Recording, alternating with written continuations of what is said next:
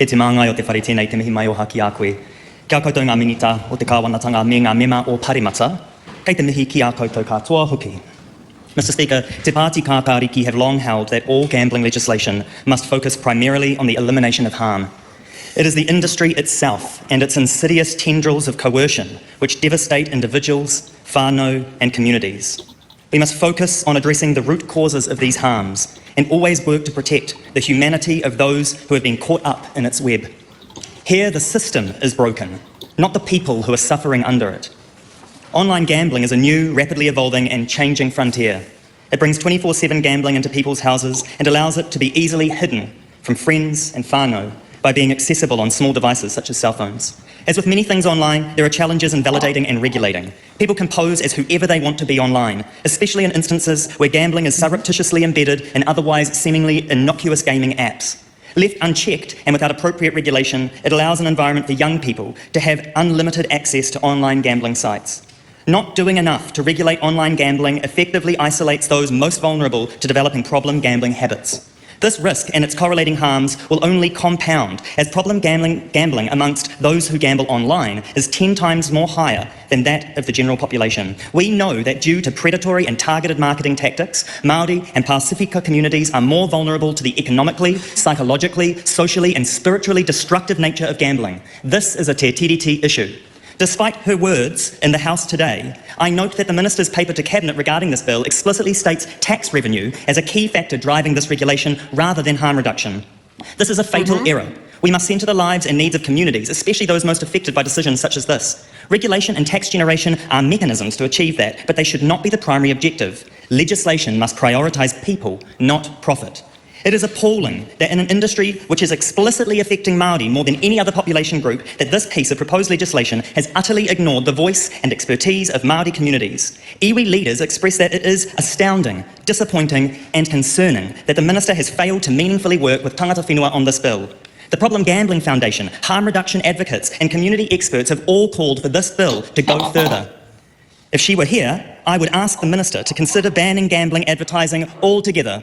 The member will recognise that it is totally inappropriate to reflect on the presence or otherwise of anyone in the House. Withdraw and apologise for that statement. I withdraw and apologise for that statement.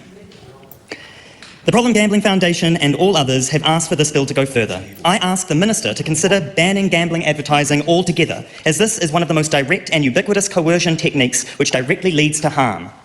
Why not also redistribute a far greater proportion of the profits generated through tax and licensing directly to the organisations and advocates working on the ground to reduce gambling harms? I stand here to voice the Greens' strong criticism of this bill for its flimsy and ineffective attempt at reducing the devastating harms of online problem gambling.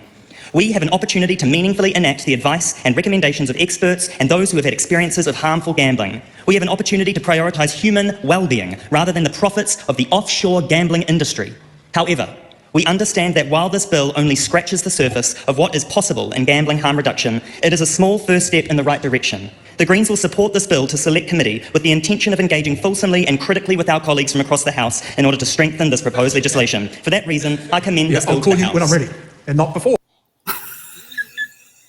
God, this thing, you know. Sorry, I'm not laughing at Benjamin Doyle. I'm laughing at Jerry Brownlee's interruption. I know. He's getting angry. Yeah, it's and I'd probably say he's in the chair, which is probably is because of the type of bill it is, because it's a conscience issue. So often when there is a conscience issue, often the actual speaker usually sits in the chair, not send it down to one of his or her deputies. Yeah. So I'm going to go over Benjamin Doyle's speech because I really like what they have to say. Yes, they brought up microtransactions in video games. So that's what I brought up before. A way you can get around this piece of legislation is through having loot boxes in video games and stuff like that. And really, loot boxes and any other similar mechanisms should be counted as a form of online gambling. I don't know why we're not doing that in New Zealand. You get so many video games advertised to you, watching YouTube or whatever, and a lot of them have these gambling mechanisms built into them. So, there's a term for people who tend to get involved in those sort of video games, and they're called whales, and they drop a lot of money. And the video game industry, especially the mobile video game industry, is targeting those people. like, very addictive gameplay. They've learned a lot from the gambling industry. So yeah, we do need to widen definitions. But it was really funny when I was looking through this bill. The AI that I like to use to help me search through things and find issues with debates is DeepSeek. And I go, okay, I ran the whole Hansard through DeepSeek. And I'm like, okay, based on your programming and the ethics that you follow, based on the programming, who had the strongest argument, who had the weakest argument? And we'll get to the weakest argument in just a moment. But the strongest argument went to Benjamin Doyle. So I thought that was really funny. That must be on the money today. Yeah, DeepSeek said that Benjamin Doyle presented the most balanced moral clarity with evidence centering harm reduction and te tiriti obligations. Like, yeah.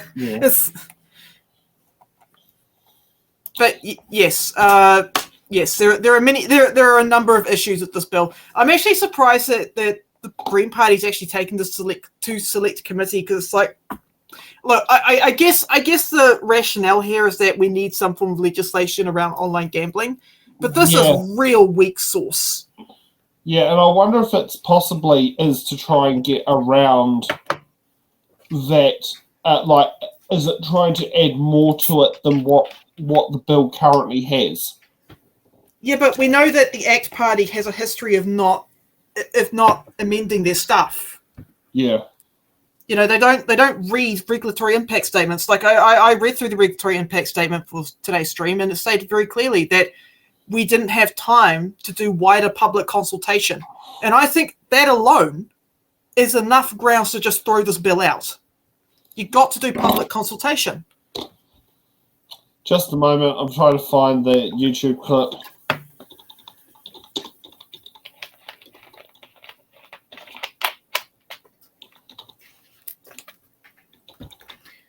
But yes, the regulatory impact statement, I posted it much more higher up in the chat just before, but yes, it states that it had very, very limited time to do public consultation. They could only do in-house consultation, so with other agencies that are a part of the government, not organisations or anything like that take data for themselves and have a more independent view on the industry. Yeah. Okay. I think this might best describe what's happening. Wrong person's doing it. It's Mary Cooper, not Beverly Hofstadter. But I think you get the point about smacking your head if you remember the scene of The Big Bang Theory. Oh, God, there's another one.